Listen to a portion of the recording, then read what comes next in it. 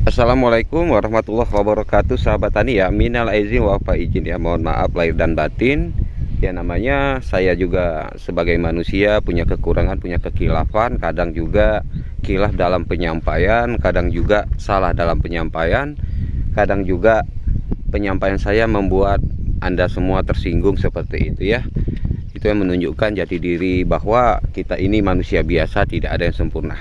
Oke sahabat tani, biasanya kita selalu dikelilingi oleh pohon kopi, tapi kali ini karena saya mudik ke Aceh Timur, di sekitar kita dikelilingi oleh padi-padi ya, sawah ya, seperti yang terlihat ini sahabat. Nah ya, hitung-hitung ya merubah suasana ya kan sahabat tani ya, sekali-sekali ya.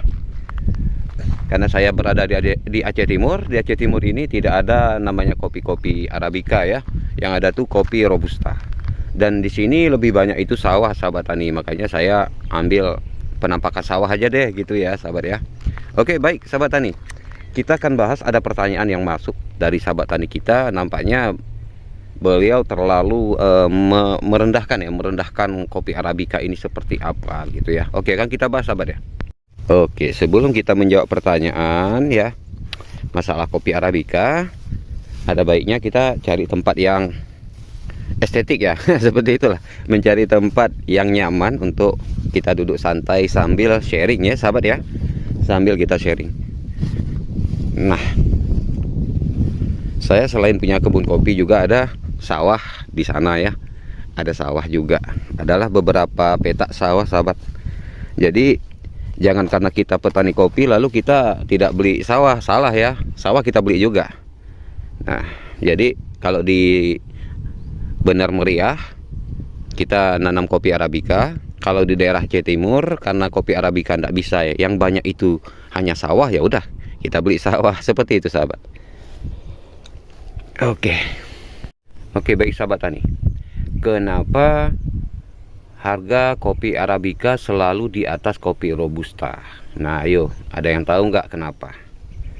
Oke, ada penyebab kenapa kopi Arabica harganya selalu di atas rata-rata ketimbang kopi Robusta. Adalah kopi Arabica ini kopi yang tidak bisa sembarangan tumbuh seperti kopi Robusta ya. Kopi Arabica ini jikalau kita mau tanam itu mesti melihat MDPL. Untuk apa MDPL ini Pak? MDPL ini untuk kecocokan. Jadi kopi Arabica ini kalau tidak sesuai dengan tempat yang cocok bagi dia, maka kopi itu akan tumbuh tetapi biasanya jarang berbuah atau bisa dibilang tidak berbuah. Seperti itu sahabat. Berbeda dengan kopi Robusta. Kopi Robusta ini kopi yang dominannya tumbuh di mana saja ya, baik di daerah panas hingga daerah dingin juga tumbuh. Nah, jadi saya pernah tanya kepada tengkulak atau pengepul, kenapa kopi Robusta itu lebih murah daripada Arabica? Itu tadi, Robusta bisa tumbuh di berbagai MDPL, sedangkan Arabica itu mesti melihat MDPL, yang biasanya MDPL-nya mulai dihitung dari sekitar 700 MDPL ya, 700 MDPL hingga 1000 ke atas. Nah, jadi kopi Arabica kalau kita tanam di bawah dari 700 MDPL, tumbuh ya tumbuh, tetapi jarang berbuah atau bahkan tidak berbuah. Seperti itu. Contoh ya, kita bilang kelapa. Kelapa ini kalau di tempat kami yang di MDPL 1400, bila kita tanam, kelapa itu tumbuh, tetapi tidak akan mau berbuah. Sama juga seperti pohon mangga, kalau ditanam tumbuh di tempat kami tapi tidak mau keluar buah. Nah, jadi wajar saja kopi Robusta lebih murah daripada Arabica ya. Karena itu tadi sahabat, kopi Robusta ditanam di mana aja di berbagai MDPL tetap tumbuh dan berbuah. Jadi banyak petani kita itu yang lebih memilih kopi Robusta karena kopi Robusta gampang ditanam dan cocok di berbagai MDPL. Makanya itu sekali setiap tahun panen di Indonesia saja itu kopi Robusta itu sangat banyak gitu ya, ketimbang kopi Arabica kalau di musim panen raya. Seperti itu. Makanya kopi Arabica itu tetap selalu harganya lebih mahal daripada Robusta. baik dijual buah cerinya, baik digiling atau diolah menjadi gabah, diolah menjadi biji kering, tetap kopi Arabica lebih mahal. Seperti itu. Dan satu hal kenapa saya memilih kopi Arabica, kebetulan cocok MDPL-nya. Di tempat kami itu, di kebun saya kan ada 3 tempat. Ada MDPL-nya 1000, 1200, ada juga yang 1600, sahabat. Karena cocok, makanya saya tanam kopi Arabica, sahabat tani. Nah, jadi pernah ada komentar masuk ke channel saya ini, ke konten saya, sahabat ya. Kalau kopi Arabica ini mahal harganya karena sulit perawatannya dan membutuhkan perawatan khusus, terutama pruning gitu, sahabat ya. Kalau bicara soal itu, sahabat tani, kalau saya pribadi menilai 50-50 ya, 50-50. Kalau dibilang mengurus kopi Arabica ini rumit, kalau kita nggak bisa, belum tahu caranya, ya pasti rumit, sahabat. Sama seperti mekanik lah ya. Kita belum pernah pretelin sepeda motor, belum pernah jadi mekanik mobil, tiba-tiba dikasihlah alat-alat untuk alat-alat bengkel gitu. Ya sudah pasti kan kita merasa itu ribet, susah, bingung kan gitu, sahabat. Jadi pada dasarnya, sahabat tani, segalanya akan mudah karena ilmunya, sahabat. Karena ilmunya, bukan karena tanaman itu sendiri gitu, sahabat. Tidak sesulit yang kita pikirkan. Sama seperti dulu-dulu ya, kita menanam anggur. Kalau kita nanam anggur rumahan, kita tanam kok rasanya apa yang kita tanam kok malah mati, tidak berhasil gitu ya, bahkan gagal berkembang. Ternyata anggur ini bisa tumbuh di daerah mana saja karena kita tahu teknik khususnya, pruning.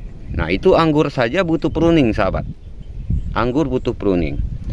Ya, lalu kelapa hibrida, lalu apalagi ya, mangga hibrida, itu membutuhkan pruning, sahabat. Nah, seperti itulah dia. Jadi tidak ada yang sulit, kalau menurut saya tidak ada yang sulit. Kopi Arabica ini apa ya saya bilang, selain tumbuhnya itu berdasarkan MDPL, perawatannya itu sebenarnya tidak beda dengan Robusta, persis sama, sahabat. Namun bedanya lagi, Robusta ini rata-rata kalau ingin banyak buah ya mesti pelihara cabang raja atau cabang laki. Kalau kopi Arabica macam mana, Pak? Kopi Arabica juga bisa kalau kita rawat cabang raja ya atau cabang laki. Tetapi ya itu tadi, karena kopi Arabica dalam perbatang memiliki cabang yang banyak, maka kita buang cabang laki. Kenapa? Supaya cabang di bawah tidak rusak seperti itu, atau cabang dasar tidak rusak. Kalau kopi Robusta itu biasanya orang kebanyakan itu dalam perbatang kan sekitar 4 cabangan gitu ya. Nah, kenapa mereka membuat 4 cabangan? Karena mereka tahu kalau cabang laki ini akan merusak cabang-cabang lainnya. Nah, jadi sengaja dipelihara 4 cabang. Kalau kopi Arabica, sahabat, biasa-biasanya kalau dipelihara 4 cabang itu kalau kopinya sudah berusia lanjut ya, 30 tahun ke atas, 42 tahun gitu. Tetapi kalau kopinya masih muda, misal dari usia 3 tahun hingga 20 tahun ya, cabang pada kopi tersebut akan dipelihara sampai sekitar 9 cabang. Nah, 9 cabang itu kenapa bisa menghasilkan buah, Pak? Ya karena rutin membuang cabang laki, sahabat. Gitu. Memang cabang laki berbuah sangat banyak. Tetapi ingatlah, masa depan tanaman kopi kita akan rusak kalau kita biarkan cabang rajanya kita pelihara terus-menerus gitu. Nah, jadi kembali lagi ke cerita kopi Arabica, sahabat. Ya, Pak, kenapa kok di kawasan kami nih, Pak, tidak cocok untuk kopi Arabica? Tapi kenapa tempat Bapak kok malah cocok? Ada juga masuk pertanyaan, Pak, kenapa di tempat kami kok harga kopi Arabicanya tidak sama harganya tempat Pak Peri? Kenapa tempat Pak Peri kok lebih mahal ya daripada tempat kami?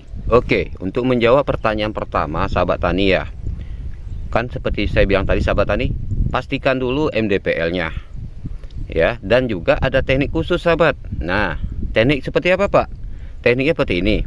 Kalau tempat sahabat tani dari 700 MDPL hingga 1000, memang cocok kopi Arabica, tetapi kan iklimnya masih terbilang panas. Maka sahabat tani harus lakukan pemberian naungan atau pelindung tanaman sahabat tani. Untuk sahabat tani yang MDPL-nya 1000 ke atas, misalnya 1000 hingga 1600, tidak perlu memberi naungan. Kalaupun perlu memberi naungan, tidak perlu banyak, seperti itu sahabat tani. Nah, dan juga ada masalah juga nih yang bilang, kami buktinya tuh ada tuh Pak, di MDP 1600 sistem pagar tanpa naungan, buahnya toh melimpah banyak kok Pak gitu. Nah, jadi begini sahabat tani, saya sudah coba juga sistem tanam pagar tanpa naungan.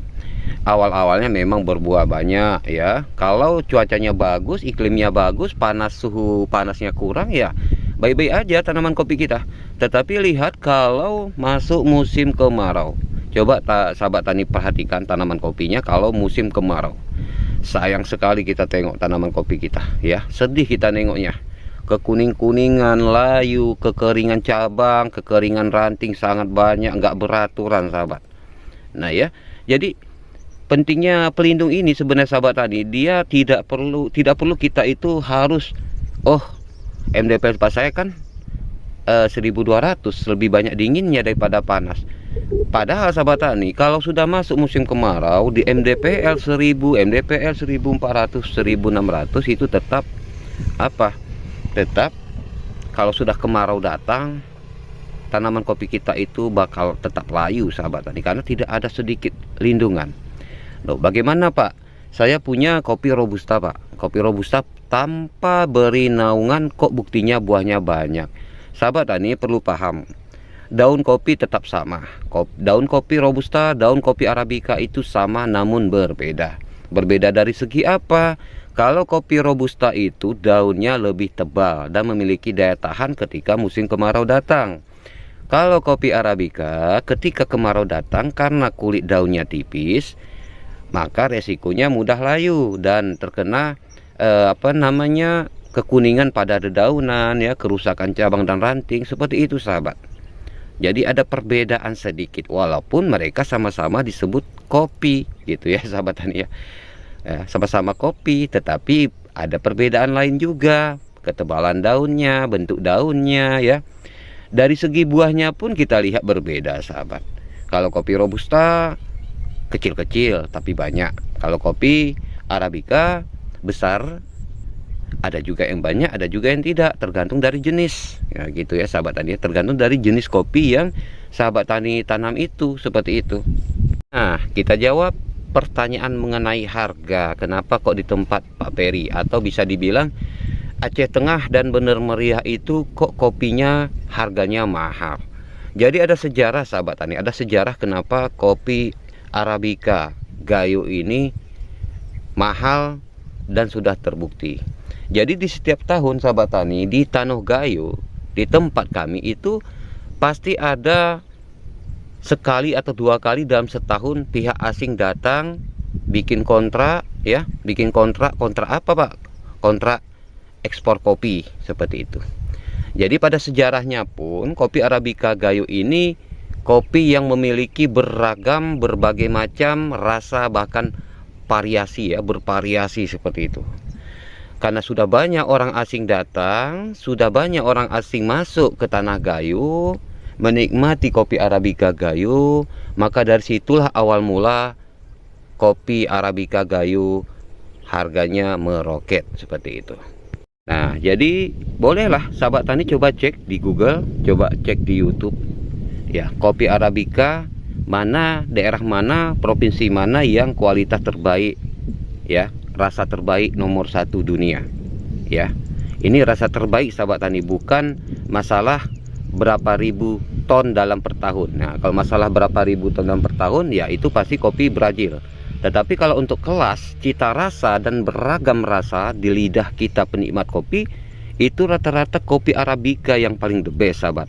Nah, jadi nanti walah, mentang-mentang Pak Peri orang Gayo lalu membangga-banggakan kampung halaman. Bukan sahabat, bukan karena membangga-bangga, tapi ini fakta. Silahkan dibuka berita ya.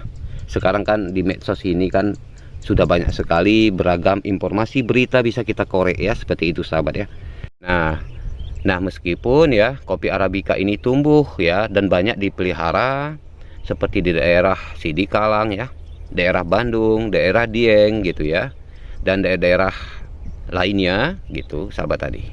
Tetap kopi Arabica Gayo memiliki rasa kualitas yang sangat baik di dunia, sahabat tani ya.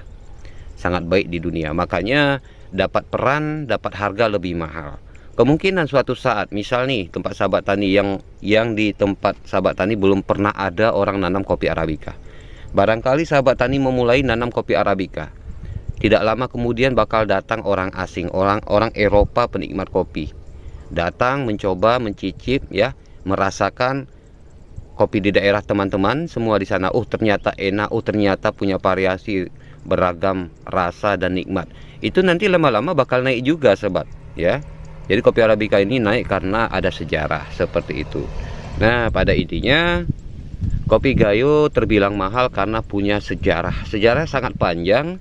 Silakan sahabat tani bisa buka kok di Google, bisa buka di aplikasi lainnya, coba lihat sejarah panjang kopi Arabica Gayo. Yang jelas kopi Arabica ini di Gayo ini datangnya dari luar ya.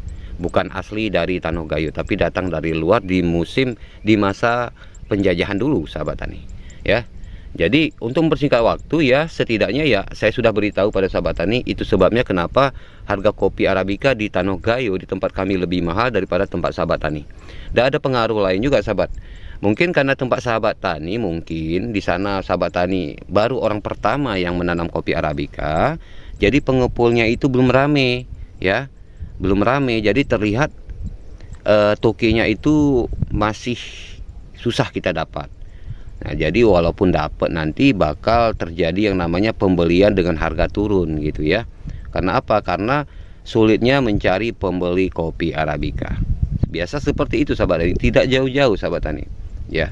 Tetapi tetap pada intinya harga kopi Arabica tetap lebih tinggi daripada kopi Robusta.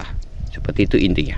Walau harga buah ceri, walau harga buah gabahnya, walau harga biji keringnya, tetap kopi Arabica yang paling mahal. Nah, seperti itu ya sahabat tani ya, mudah dipahami ya. Oke, semoga jawaban dari saya ini membantu dan terbantu buat Anda semua. Apalagi sahabat tani yang sudah niat kepingin sekali ya beralih ke kopi Arabica. Jangan pikirkan dulu kemana jualnya, tapi pelajari ilmunya, tanam aja dulu sahabat ya. Tanam aja dulu, pelajari ilmunya. Dan insya Allah kalau sahabat tani terus mengikuti channel ini, banyak akan sahabat tani dapatkan manfaatnya ya. Oke, untuk sahabat tani dimanapun Anda berada ya, sehat selalu dan dimudahkan, dilimpahkan rezekinya oleh Allah Subhanahu wa Ta'ala, sahabat tani ya. Dan dengan lebaran ini itu kita bisa saling membuka lembaran baru ya. Kita saling koreksi diri kita supaya lebih baik lagi ke depannya, dan yang ingin sukses semoga semakin sukses. Oke, kalau begitu sahabat tani, assalamualaikum warahmatullahi wabarakatuh.